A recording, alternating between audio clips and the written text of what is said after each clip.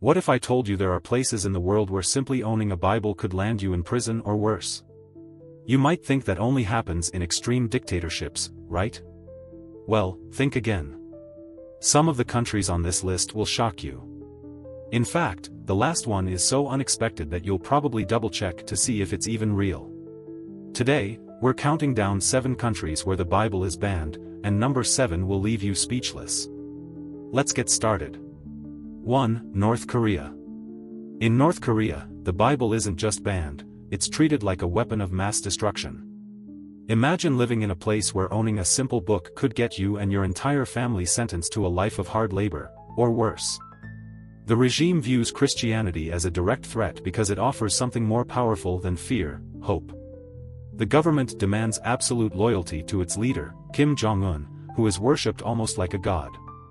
The Bible contradicts that by introducing a higher authority, one they can't control. There are heartbreaking stories of people who risked everything for a single page of scripture. One woman was caught with a hidden Bible in her home. She was arrested on the spot, tortured for information, and never seen again. Her family? Sent to a prison camp, guilty by association. Despite this, underground churches exist. Believers gather in secret, whispering prayers, passing verses from memory because owning the physical book is too dangerous. Some even bury Bibles underground and read them only at night, by candlelight, knowing that if caught, they'll pay with their lives. What makes the Bible so dangerous in North Korea? It's simple, it sets people free in ways no dictator ever can. 2. Saudi Arabia. Now, imagine landing at an airport, your suitcase filled with personal belongings, and a Bible. In Saudi Arabia, that single book could get you detained at customs. Security officials actively search for religious materials, and if they find a Bible, it's often confiscated on the spot. If you're suspected of distributing it, the consequences are even more severe: fines, deportation, or even imprisonment. Saudi Arabia is governed by a strict interpretation of Islamic law, known as Wahhabism. Here, promoting any religion other than Islam isn't just discouraged, it's illegal. Publicly practicing Christianity or sharing your faith can lead to arrest. For Saudi citizens, converting to Christianity is considered apostasy, a crime that can carry the death penalty. But here's the part that hits hard: there are secret Christian communities, even within Saudi Arabia. Workers from countries like the Philippines or India often gather in hidden house churches. They meet quietly, in small groups, whispering prayers and sharing handwritten Bible verses because owning a full Bible is too risky. One wrong move, one curious neighbor, and their faith could cost them everything. It's ironic, isn't it? In a country that controls so much wealth and power, they fear a single book because it speaks of a kingdom they can't rule. 3. Maldives. The Maldives might look like a tropical paradise, with crystal-clear waters and luxury resorts, but beneath the postcard-perfect surface lies a harsh reality: religious freedom is almost non-existent.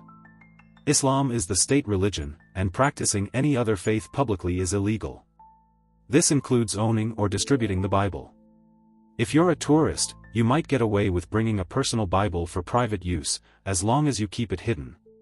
But for Maldivian citizens, it's a completely different story. Possessing a Bible can lead to arrest, imprisonment, or even being forced to attend re-education programs designed to bring people back to Islam.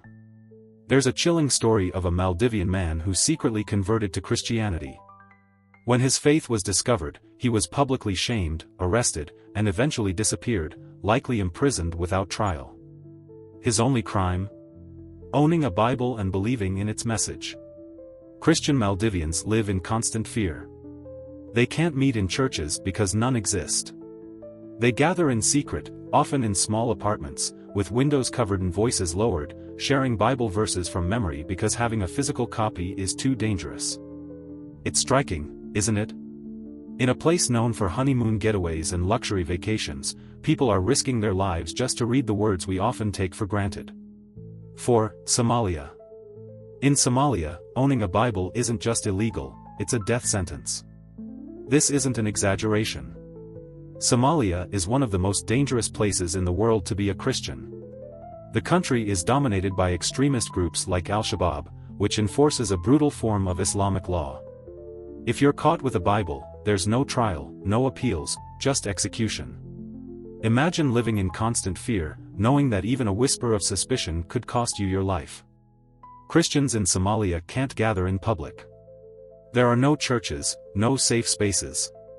They meet in total secrecy, often in the middle of the night, in hidden rooms with nothing more than torn scraps of scripture passed from person to person. There's a heartbreaking story of a young man named Musa who secretly converted to Christianity. He managed to keep his faith hidden for years, but one day, someone noticed a small, handwritten Bible verse tucked into his notebook. That single piece of paper sealed his fate. He was dragged from his home, beaten, and executed in front of his neighbors as a warning to others. Despite the unimaginable risks, underground churches still exist in Somalia. Believers risk everything, not just their own lives, but the safety of their families, just to read the words that give them hope. Think about that. In a place where life is already fragile, people are willing to die for a book. What kind of power must it hold? 5. Libya. In Libya, the Bible isn't just banned from public spaces, it's considered contraband. The government tightly controls religious materials, and being caught with a Bible, especially if you're suspected of sharing it with Muslims, can lead to arrest, torture, or even worse. Since the fall of Muammar Gaddafi, Libya has been in chaos, with militant groups controlling large parts of the country. For Christians, this means even less protection. There's no government to appeal to, no legal system that will defend you. If you're caught with a Bible, you're at the mercy of whoever holds power in that area, and mercy is rare. Consider the story of a group of Egyptian Christians working in Libya. They were kidnapped by extremists simply because of their faith. The captors searched their belongings, found Bibles, and used that as justification to execute them on a beach, their final moments filmed as a warning to others. But even in this darkness, there's light. Underground Christian communities still exist in Libya. Believers gather in hidden rooms, using old, worn Bibles passed from one person to another. Some don't even have full Bibles, just torn pages, cherished like treasure, read and reread until the words are etched in their hearts. In a world where books are everywhere, there are places where a single page can cost you your life. 6. Morocco. Morocco might seem more open compared to its neighbors, with its bustling markets, vibrant culture, and popular tourist spots. But beneath that colorful surface lies a strict control over religious freedom, especially when it comes to Christianity. While owning a personal Bible isn't technically illegal, distributing it, especially in Arabic, or sharing your faith with Muslims can lead to serious consequences. The government fears that conversions to Christianity could disrupt the social and religious fabric of the country. Moroccan law makes it clear, trying to convert someone from Islam is a crime. People have been arrested, interrogated, and even expelled from the country just for sharing a Bible or talking about Jesus. Take the story of a Moroccan man named Rashid. He converted to Christianity in secret, hiding his faith from everyone, even his family. But when his relatives discovered a Bible in his home, they reported him to the authorities. He was arrested, beaten, and imprisoned for shaking the faith of a Muslim. His crime? Simply reading the Bible and believing in its message. Despite the risks, Morocco has a growing underground Christian community. They meet in small, hidden groups, sometimes in the back rooms of cafes or private homes. Their Bibles are often hidden, sometimes disguised as other books or stored digitally to avoid detection. 7. The surprising one, the Vatican. Yes, you heard that right, the Vatican. The heart of Christianity. The smallest country in the world, surrounded by Rome, where millions of pilgrims come each year to see St. Peter's Basilica and the Pope himself. But here's the twist: while the Vatican doesn't ban the Bible itself, it strictly controls which versions of the Bible are allowed, and some are outright forbidden. It sounds shocking, doesn't it? A place that represents the global center of Christianity placing restrictions on the very book it's built upon. But it's true. The Vatican has a long history of limiting access to certain Bible translations, especially those it considers unauthorized or heretical. This isn't just about preference, it's about control over how Scripture is interpreted. During the Middle Ages, the Catholic Church banned translations of the Bible into common languages, fearing that ordinary people might misinterpret the sacred texts without the guidance of clergy.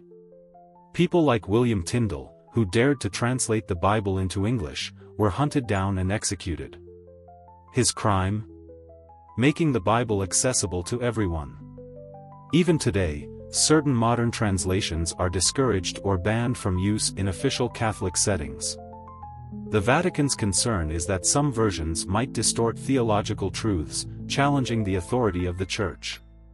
While you won't be arrested for owning a Bible in Vatican City, distributing unapproved versions, especially those critical of Catholic doctrine, can get you into serious trouble within church circles. It's ironic, isn't it? In the very place where the Bible should be celebrated without limits, there are invisible walls controlling how it's read, shared, and understood. So, what does all this tell us?